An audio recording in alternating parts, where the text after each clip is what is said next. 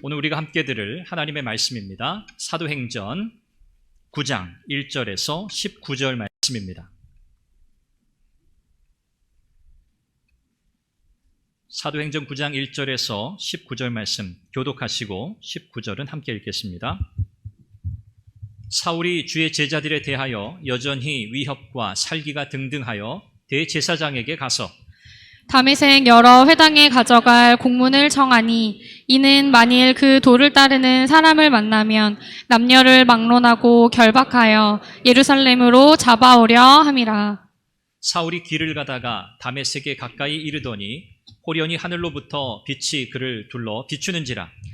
땅에 엎드러져 들음에 소리가 있어 이르시되 사울아 사울아 내가 어찌하여 나를 박해하느냐 하시거늘 대답하되 주여 누구시니까? 이르시되 나는 내가 박해하는 예수라. 너는 일어나 시내로 들어가라. 내가 행할 것을 내게 이를 자가 있느니라 하시니 같이 가던 사람들은 소리만 듣고 아무도 보지 못하여 말을 못하고 서 있더라. 사울이 땅에서 일어나 눈은 떴으나 아무것도 보지 못하고 사람의 손에 끌려 다메섹으로 들어가서 사흘 동안 보지 못하고 먹지도 마시지도 아니하니라. 그때 다메섹에 아나니아라 하는 제자가 있더니 주께서 환상 중에 불러 이르시되 아나니아야 하시거늘 대답하되 주여 내가 여기 있나이다 하니 주께서 이르시되 일어나 집가라 하는 거리로 가서 유다의 집에서 다소 사람 사울이라 하는 사람을 찾으라. 그가 기도하는 중이니라. 그가 아나니아라 하는 사람이 들어와서 자기에게 안수하여 다시 보게 하는 것을 보았느니라 하시거늘 아나니아가 대답하되 주여 이 사람에 대하여 내가 여러 사람에게 듣사온즉 그가 예루살렘에서 주의 성도에게 적지 않은 해를 끼쳤다 하더니 여기서도 주의 이름을 부르는 모든 사람을 결박할 권한을 대제사장들에게서 받았나이다 하거늘 주께서 이르시되 가라. 이 사람은 내 이름을 이방인과 임금들과 이스라엘 자손들에게 전하기 위하여 택한 나의 그릇이라. 그가 내 이름을 위하여 얼마나 고난을 받아야 할 것을 내가 그에게 보이리라 하시니 아나니아가 떠나 그 집에 들어가서 그에게 안수하여 이르되 형제 사울아 주 곧 내가 오는 길에서 나타나셨던 예수께서 나를 보내어 너로 다시 보게 하시고 성령으로 충만하게 하신다 하니 즉시 사울의 눈에서 비늘 같은 것이 벗어져 다시 보게 된지라. 일어나 세례를 받고 음식을 먹음에 강건하여 지니라. 아멘. 본문은 사울의 회심 이야기입니다.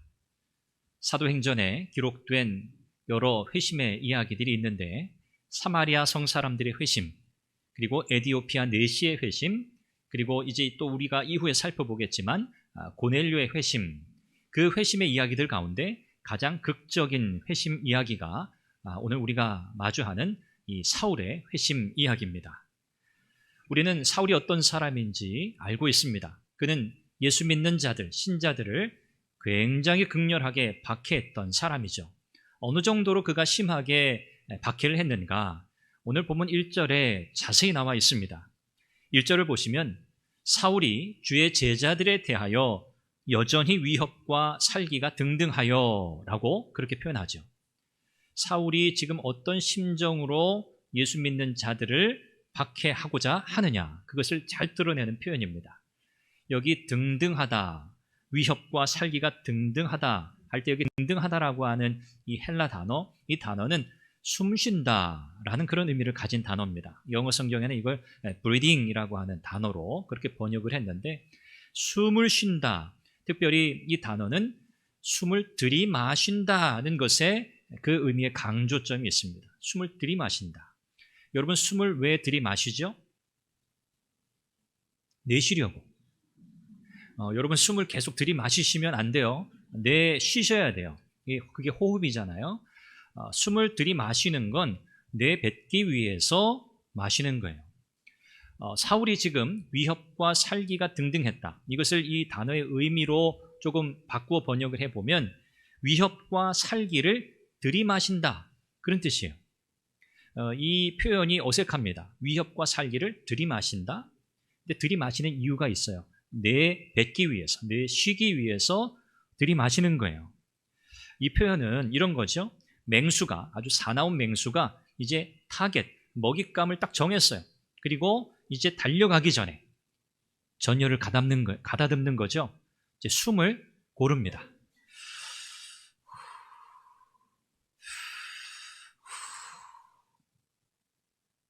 그리고 달려가죠. 제가 지금 왕 하려고 그랬는데 놀라실까봐 그렇게는 못하고, 여러분 상상이 되시죠?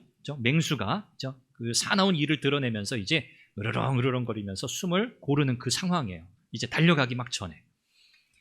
이 표현은 지금 사울이 어떤 심정으로 예수 믿는 자들을 잡아들이기 위해서 준비하고 있는가를 보여주는 표현인데, 다시 말하면 맹렬한 적대감, 적개심을 품었다, 그 뜻이에요.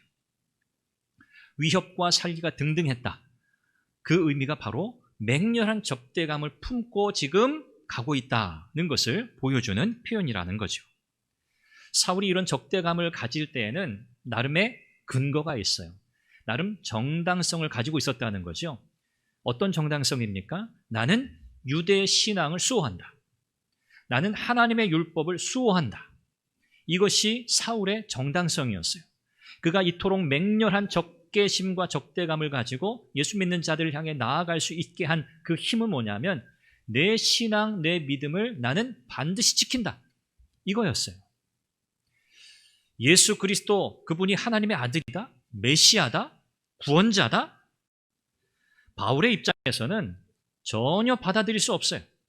십자가에서 처형된 이가 어찌 메시아가 될 수 있느냐, 어찌 하나님의 아들, 구원자가 될 수 있느냐. 이건 신성 모독죄였어요. 그래서 사울은요, 자기 신앙적 확신, 그리고 사명감, 맹렬한 적대적인 이 감정을 가지고 예수 믿는 자들을 향해서 나아가게 된 것이죠. 사울은 대제사장에게 가서 다메섹으로 향하게 될 텐데, 그곳의 유대인의 회당들을 돌아다니며 예수 믿는 자들을 적발해내고 그들을 잡아오게 될 텐데, 공적인 권한을 얻기 위해서 대제사장에게 가요. 유대인의 회당에 법적으로 내가 당당하게 들어가서 예수 믿는 자들을 잡아들일 수 있는 권한을 얻은 거죠. 이 권한을 가지고 사울은 다메섹으로 향합니다. 머릿속에 계획이 다 있었겠죠. 다메섹에 가서 이렇게 회당을 다니며 예수 믿는 자들을 색출해내고 그들을 잡아 감옥에 가두리라. 굉장한 사명감을 가지고 사울은 길을 떠납니다. 바로 이때 사울이 다메섹으로 향하는 그 여정 중에 사울의 인생을 뒤집어 엎는 사건이 일어납니다. 바로 사울의 회심 사건이죠. 위협과 살기, 맹렬한 적대감을 품고 다메섹으로 향하는 이 사울을 부활하신 주님께서 그를 만나신 거예요. 아마 당시 그리스도인들의 입장에서는 이 사울은 테러리스트와 같았을 겁니다. 여러분, 테러리스트, 우리가 잘 아는 대표적인 테러리스트 오사마 빈 라덴, 이런 사람 여러분 기억하시잖아요.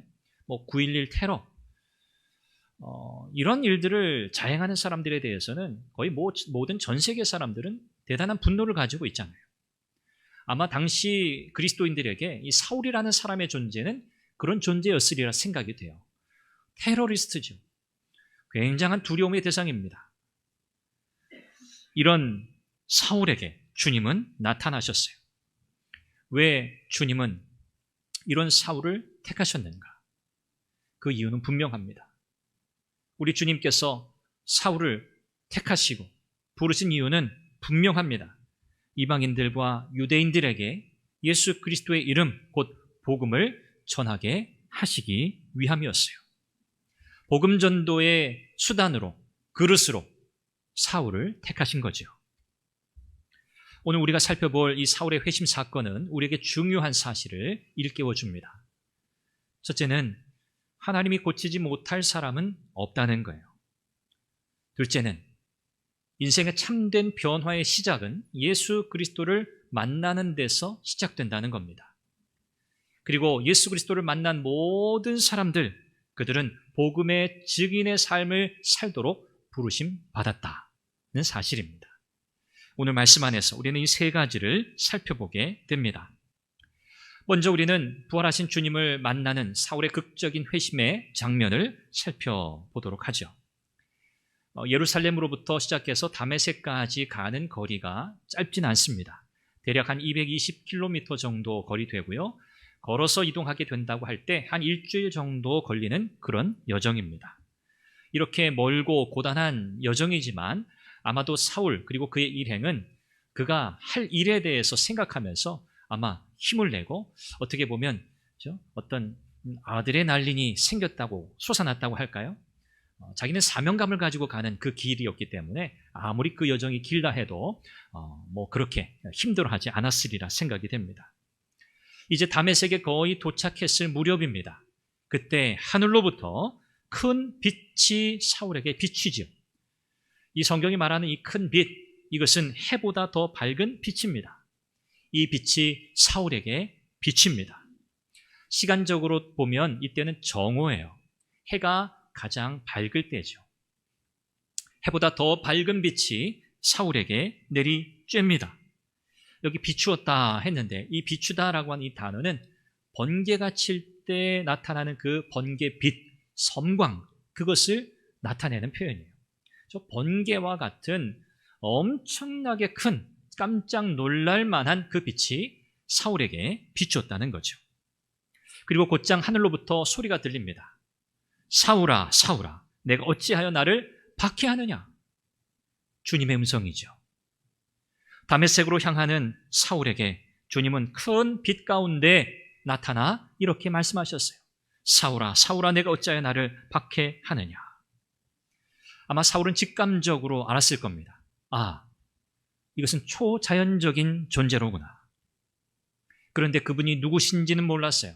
그래서 두려움 가운데 사울이 묻습니다. 주여, 누구시니까? 주여, 누구십니까?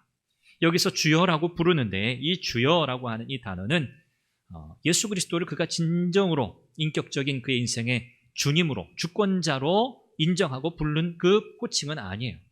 그냥 일반적으로 부르는 호칭입니다. 주여, 누구십니까? 신적 존재인 것은 분명하나 그분이 누구신지는 모르겠어요. 그래서 그는 주여라고 부르며 누구신지 물었던 거죠. 그때 우리 주님이 대답하세요. 내가 박해하는 예수다. 예수님은 지금 박해받는 그리스도인들, 믿음 때문에, 신앙 때문에, 예수님 믿는 것 때문에 박해받고 있는 자들과 지금 자신을 동일시하면서 말씀하고 계십니다. 내가 내 백성을 박해한다면 그것은 곧 나를 박해하는 것이다 라고 말씀하시는 거죠. 큰 빛으로 인해서 사울은 그 자리에 엎드러졌는데 앞을 볼 수가 없었어요. 그때 주님이 사울에게 말씀하세요. 일어나라.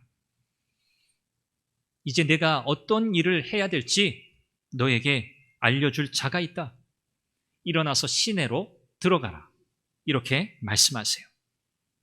사울이 주님의 음성을 듣고 자리에서 일어납니다. 그러나 볼 수 없었어요. 눈은 떴지만 앞이 보이지 않았어요. 사람들의 손에 끌려서 다메섹 도성으로 들어갑니다. 그리고 성경은 그가 사흘 동안 보지도 못하고 먹지도 못하고 마시지도 않았다라고 그렇게 말씀하죠. 아마 사울은 대단히 충격을 받았을 겁니다. 그의 일생에 한 번도 경험하지 못했던 일이죠. 초자연적 존재의 음성을 듣고 그가 엎드러지고 앞이 보이지 않는 이 상황, 그리고 그 존재가 나는 내가 박해하는 예수라 라고 하셨을 때 아마 사울은 지금까지 자기의 신념, 확신, 자기 신앙, 이 모든 것을 송두리째, 뿌리째 흔들어 놓는 충격을 받았을 겁니다. 이 사흘 동안 사울은 그 시간을 어떻게 보냈을까요? 금식하면서, 앞도 보이지 않는 그 상황에서 사울은 지난날 자신의 삶을 돌이켜 보았을 것이고요. 나름의 사명감과 신앙적 확신을 가지고 달려왔던 이 길이 틀렸다는 사실을 깨닫게 되었을 겁니다. 그리고 주님 앞에, 부활하신 주님 앞에 그는 철저하게 회개했을 겁니다. 회심이라고 하는 것, 회개라고 하는 것, 여러분 이것은 어떻게 일어날까요? 우리가 잘못했을 때 그 잘못한 것에 대해서 벌을 받을 것을 두려워해서 회개하는 것, 이것은 진정한 의미의 회개가 아니라고 이미 말씀드렸죠. 성경이 우리에게 말씀하는 진정한 회심, 영적인 각성, 영적인 돌이킴이라고 하는 것은요, 나의 모든 삶, 나의 모든 말, 나의 모든 행위가 하나님을 대적하는 것이었다는 사실을 깨닫는 데서 일어나요. 아, 나는 죄인이로구나. 나는 하나님을 대적하는 인생이었구나. 이 사실을 깨닫는 데서 진정한 회심의 역사가 일어나는 거죠. 사울은 바로 이 다메섹 도상에서 부활하신 주님을 만남으로 지금까지 자신의 인생은 하나님을 대적하는 인생이었다는 사실을 깨닫게 된 거예요. 사실 사울은요, 그렇게 생각하며 살지 않았어요. 사울은 지금까지 살아오면서 자기는 분명한 신앙적 소신과 확신을 가지고 살았어요. 내가 살아오는 모든 삶, 내가 하나님의 율법에 이렇게 충성되고 충실한 삶을 사는 것은 이건 하나님의 영광을 위한 일이라고 그렇게 믿고 살아왔어요. 이것은 하나님을 위하는 인생이라고 믿고 살아왔어요. 그런데 부활하신 주님을 만나는 그 순간, 지금까지 사울의 모든 삶의 근간이 다 흔들렸던 겁니다. 부활하신 주님을 만난 사울, 그는 완전히 뒤집어졌어요. 이후로 하나님은 사울의 인생을 사용하시죠? 무엇 하는 데 사용하시죠? 복음으로 세상을 뒤집어 엎는 데 사용하십니다. 부활하신 주님께서 그를 만나주심으로 그의 인생을 완전히 뒤집어 놓으셨고, 그의 뒤집어진 인생을 통해서 복음을 증거하게 하시고, 온 세상 가운데 많은 이들이 뒤집어지는 그 은혜의 역사를 위해 그를 사용하셨습니다. 오늘 하나님은 저와 여러분들 또한 은혜 가운데 부르셨고요. 오늘도 우리는 예수 그리스도를 만남으로 우리의 인생이 완전히 새로워졌습니다. 완전히 달라졌습니다. 예수를 믿기 전과 예수를 믿은 후의 인생에 차이가 없다? 그건 예수를 믿은 게 아닙니다. 우리가 교회에서 신앙생활 한다. 우리가 교회에서 뭐 어떤 집사의 직분을 받았다. 뭐 권사, 장로, 뭐 어떤 직분이든 상관없어요. 예수를 믿는다 하는 내가 예수 믿기 전의 삶과 예수 믿은 이후의 삶에 변화가 없다, 차이가 없다, 달라진 게 없다. 이것은 내가 예수 믿은 게 아니라는 사실을 여러분 아셔야 합니다. 소망이 있는 것은 그 사실을 깨달았다는 거예요. 깨달았다는 거예요. 사울과 똑같아요. 나 하나님을 위해 살았어? 그런데 아니었어요. 오히려 하나님을 대적하고 박해하는 인생을 살았어요. 이 사실을 깨닫는 것이 우리에겐 은혜예요. 예수 그리스도가 나의 참 구주시요, 나의 구원자이심을 믿는 그 믿음, 우리 주님을 진정으로 인격적으로 만나는 그 은혜의 역사, 그 회심의 역사가 오늘 여러분 가운데 분명하게 있으시기를 바랍니다. 이미 우리는 그 은혜의 경험 위에 오늘 이 자리에 나아온 것으로 우리는 다 그렇게 알고 있어요. 우리는 그렇게 하나님의 은혜를 사모하며 이 자리에 나왔어요. 아마 여러분들은 다 그런 심정으로 나오셨으리라 저는 생각합니다. 그러나 혹 이 가운데 어떤 분이라도 내가 예수를 진정으로 만났는가? 내가 진정으로 예수 믿고 변화된 삶을 살고 있는가? 라고 하는 질문 앞에 답을 내리실 수 없다면 솔직하게 여러분의 모습을 인정하시고 주님 앞에 나아가시기를 바랍니다. 살아계신 주님을 만나는 그런 은혜의 역사가 여러분 가운데 있으시기를 바라고 성령께서 그렇게 여러분의 길을 인도해 주시기를 바랍니다. 우리 주님께서는 주님을 박해하고 대적하는 이 사울을 택하셨어요. 무엇을 위해 택하셨는가? 분명합니다. 복음 전파를 위해 택하셨어요. 이것이 우리를 부르신 이유와 같습니다. 주님께서는 다메섹에 있던 제자로 소개되는 아나니아에게 환상 가운데 나타나셔서 그에게 말씀하세요. 직가라고 하는 거리로 가라. 직가라고 하는 곧게 난 길이에요. 곧게 난 길. 동서로 곧게 난 길인데 이 직가라고 하는 거리로 가서 유다의 집에 머물고 있는 사울을 찾아가라. 그를 만나라고 명령하세요. 그러면서 사울이 기도 중에 있다. 그가 기도 중에 아나니아라고 하는 사람이 그에게 찾아와서 그에게 안수하여 기도할 때 그가 다시 보게 되는 것을 그가 기도 중에 보았다라고 말씀하십니다. 그런데 아나니아는요, 이 사울에 대해서 알고 있었어요. 사울이 어떤 사람인지 익히 들었어요. 그리고 그가 다메섹에 왜 왔는지도 잘 알고 있어요. 그렇다면 여러분, 이 사울을 호의적으로 대할 수 있습니까? 없죠. 그는 원수와 같아요. 예수 믿는 자들을 지금 잡아 감옥에 가두려는 목적으로 다메섹에 왔거든요. 그래서 이 아나니아가 그런 이야기를 주님 앞에 말씀드려요. 사울은 이런 사람이 아닙니까? 머뭇거리게 되는 거죠. 그러나 주님은 아나니아에게 말씀하세요. 가라. 가라. 왜 아나니아가 머뭇거리지 않고 가야 하는가? 왜 그런 사울을, 두려움의 대상인 사울을 왜 주님이 택하셨는가? 그 이유를 말씀하세요. 그는 내 이름을 이방인과 임금들과 이스라엘 자손들에게 전하기 위해 택한 나의 그릇이라. 이것이 사울을 부르신 이유였어요. 여기서 택한 나의 그릇이라고 사용된 이 표현, 이 단어는 수단, 도구를 가리킵니다. 즉, 우리 주님은 사울을 복음 전파를 위한 도구로 택하셨다는 거예요.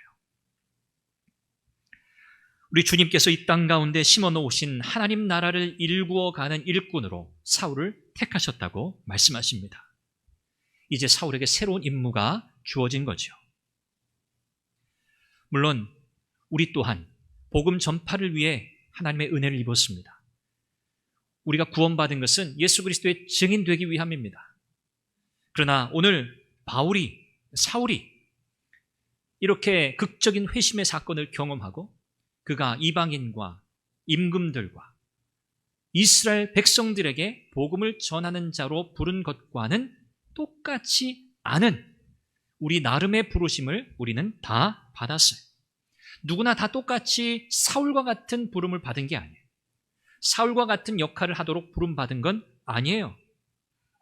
그러나 우리 모두는 우리 각자의 상황과 우리의 삶의 현장 속에서 예수 그리스도의 증인이 되도록 부름받은 것은 똑같습니다. 그것은 사울도 바울도 오늘 저와 여러분들도 마찬가지예요. 아나니아는 이 주님의 말씀을 듣고 순종하여 사울에게 갑니다. 그리고 그를 만나 형제 사울아 이렇게 부르며 그에게 안수하여 기도하죠. 13절에 보면 아나니아는 처음에 사울을 가리켜 이 사람 이렇게 불렀어요. 주님 앞에 말씀드리면서 이 사람, 적대적 감정을 가지고 있었던 거죠. 그런데 주님의 말씀을 듣고 그 말씀을 순종하여 사울을 만났을 때는 형제 사울아 라고 부르면서 그가 주님을 만난 회심한 그리스도인이 되었다는 사실을 인정하고 있는 겁니다. 사울은 이렇게 아나니아의 도움으로 눈을 뜨게 돼요. 눈에서 비늘 같은 것이 벗겨졌다. 그렇게 성경은 표현하죠. 다시 보게 되었습니다. 이것은 다만 육신의 눈을 뜬 것만은 아니에요. 그는 영적으로도 새로워졌습니다. 이제 새롭게 볼 수 있게 되었어요. 예수님이 누구신가? 그는 다시 알게 되었습니다. 그는 일어나서 세례를 받고요. 음식을 먹고 기력을 회복하게 됩니다. 예수님을 만난 지 며칠 만에, 사흘 만에 그는 새로운 사람, 완전히 변화된 새 사람이 된 겁니다. 이것이 오늘 본문이 우리에게 소개하고 있는 사울의 극적인 회심의 내용입니다. 말씀을 정리해 보죠. 사울이라고 하는 인물이 회심하리라, 그가 예수님을 믿으리라 전혀 예상할 수 없었습니다. 그리스도인들은 이 사울에 대한 대단한 두려움 가운데 있었습니다. 적대감을 가지고 맹렬한 분노를 가지고 예수 믿는 자들을 향해 나오던 이 사울, 주님은 그를 만나 주셨어요. 사울이 주님을 만남으로 그의 인생은 완전히 변화되었습니다. 여러분, 주님을 만나는 것이 변화의 시작입니다. 주님과의 만남이 우리의 인생의 변화의 시점이에요. 첫 출발점이에요. 그러므로 예수님을 만나지 않고서는 변화가 일어나지 않습니다. 회심을 통해서 우리가 거듭나게 될 때, 영적으로 새로워지게 될 때 우리에게는 두 가지가 주어져요. 첫 번째는 위안이 주어집니다. 그리고 두 번째는 도전이 주어집니다. 위안은 뭐죠? 내가 죄사함받고 하나님의 자녀 되었고 그 하나님께서 나와 영원히 함께 하신다. 우리 주님이 나와 영원히 함께 하신다는 사실로부터 오는 마음의 평안과 위안이에요. 위로예요. 그리고 두 번째, 도전이 우리에게 주어집니다. 뭐죠? 구원받은 하나님의 백성으로 주님께서 내게 주신 이 사명, 예수 그리스도의 증인되는 삶을 살아내야 하는 삶에 대한 변화에 대한 도전이에요. 위안과 도전이 우리에게 주어짐으로 말미암아 우리는 영적인 삶을 살아낼 수 있는 힘을 공급받게 됩니다. 이 변화에 대한 이 힘, 능력, 그 핵심은 뭐냐면 예수 그리스도의 십자가와 부활의 증인의 삶을 내가 살아야 한다고 하는 이 강렬한 열망이에요. 왜 나를 구원하셨지? 왜 나를 하나님의 자녀 삼으셨지? 예수님 전하라고. 예수 그리스도가 참 유일한 구원자이심을 증거하라고 나를 구원하셨지, 나를 하나님의 자녀 삼으셨지. 그러므로 내 인생, 내 삶은 이 목표, 이 사명 위에 살아야 하는 삶이지 라고 하는 이 삶에 대한 간절한 열망이 우리 안에 있느냐, 그 여부에 따라 우리의 삶의 변화가 있느냐 없느냐가 결정된다는 거예요. 만약 우리가 이런 변화에 대한 열망, 그리스도의 증인의 삶에 대한 이 열망이 우리에게 없다고 할 때에는 우리의 신앙생활이 어떻게 되겠습니까? 따분한 습관으로 전락하게 돼요. 따분한 습관. 신앙생활 하시면서 여러분 이런 일들을 경험해 본 적 있으시죠? 신앙생활 하는 것이, 교회 나가는 것이, 예배하는 것이 우리에게 지루하고 따분하고 별로 흥미없고 재미없는 일들로, 그러나 가기는 가야겠고, 그래서 따분한 지루한 습관과 같이 경험되었던 적이 아마 여러분 가운데 있으실 겁니다. 그때 우리는 무엇을 회복해야 합니까? 나는 무엇을 위해 부름받았는가? 내 인생은 어떻게 변화되어야 하는가? 변화를 위해서 나는 무엇을 힘써야 하는가? 여러분 그것을 다시 점검하셔야 돼요. 우리는 때로 적대적인 사람들을 만납니다. 때로 아니요. 제가 볼 때는 더 많은 것 같아요. 우리가 복음을 전할 대상자들을 우리의 마음에 품고 기도할 때에도 저 사람이 정말 예수님 믿을 수 있을까? 저 사람이 내 이야기를 들어줄 수 있을까? 저 사람은 성질이 참 불같은데, 저 사람은 너무 단호한데 내 이야기를 들어줄까? 이런 생각 우리는 합니다. 저 사람은 안 돼. 저 사람은 예수님 안 믿을 거야.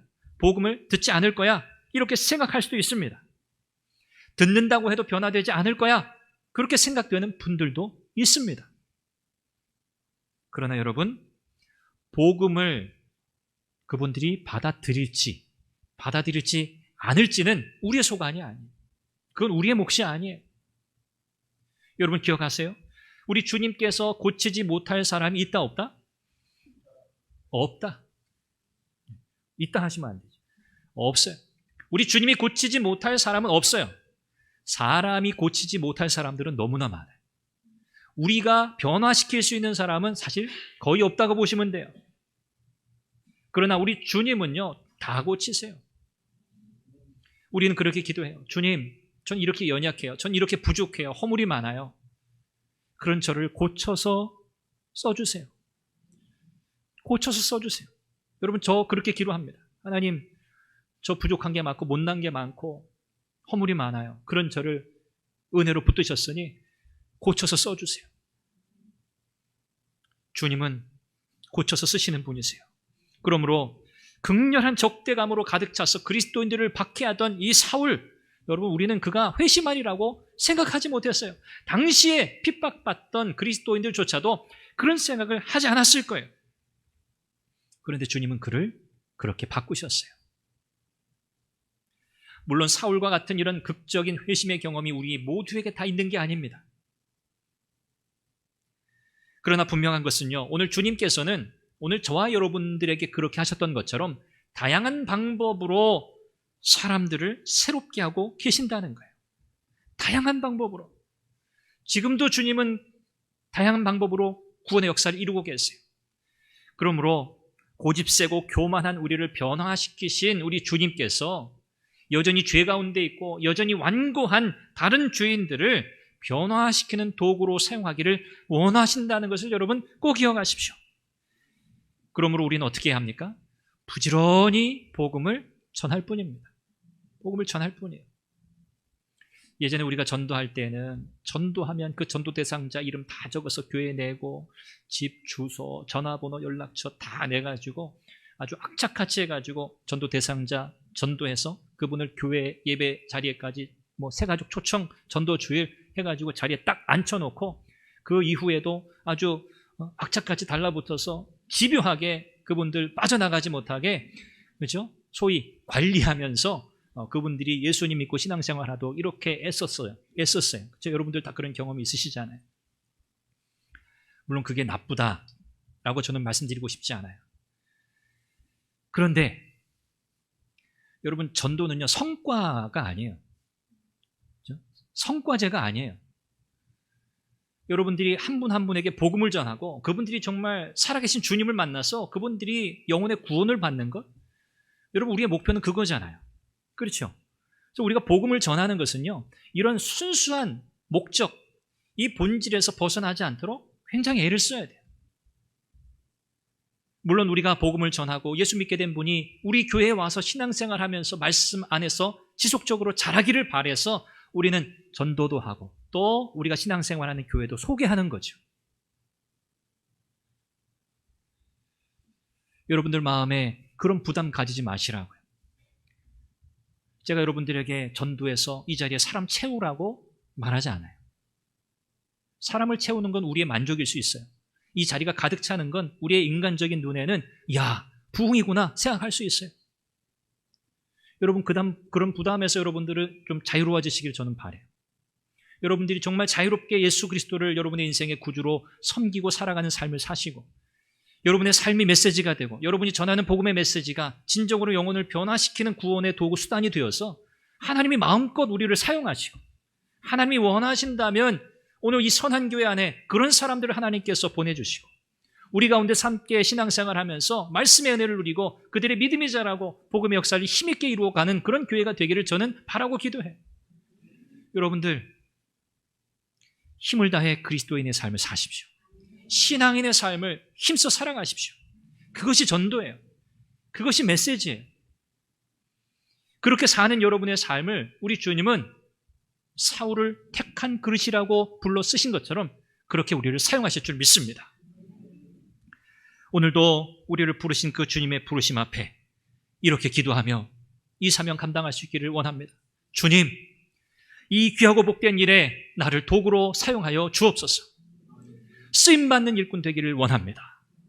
진정한 그리스도인의 삶을 살아감으로 나의 삶과 나의 전하는 메시지가 하나가 되어 주의 복음의 도구 되게 하옵소서.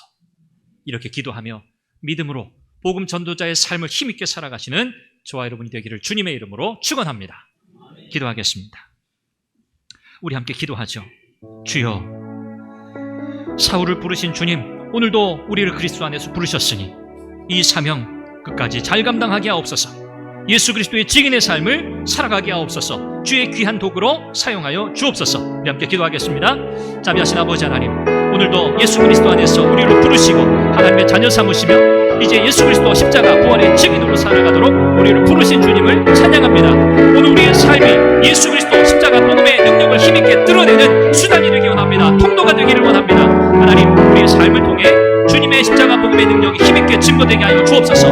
우리의 삶과 우리의 전하는 복음의 메시지가 하나가 되어 하나님의 도구로 쓰임받아 하나님의 사람, 하나님의 영광 드러내는 복된 인생 되게 해 주옵소서. 하나님, 주여, 주의 전에 많은 하나님의 사람들이 주의 은혜를 사모하고 나와 복음의 역사를 경험하고 하나님의 영광 위에 나갈 수 있기를 간절히 바랍니다. 하나님 원하시는 그 놀라운 복의 역사가 우리 가운데 이루어지게 하여 주옵소서. 하나님 아버지, 오늘 우리를 예수 그리스도의 증인으로 부르심을 감사합니다. 우리의 삶의 현장 어느 곳에서든 우리는 담대히 예수님의 증인으로 살아갈 수 있도록 도와주옵소서. 주의 복음의 역사에 귀한 도구로 쓰임받는 인생 되게 하옵소서. 참된 변화의 삶을 살아가도록 은혜를 더하여 주옵소서. 예수님의 이름으로 기도합니다. 아멘.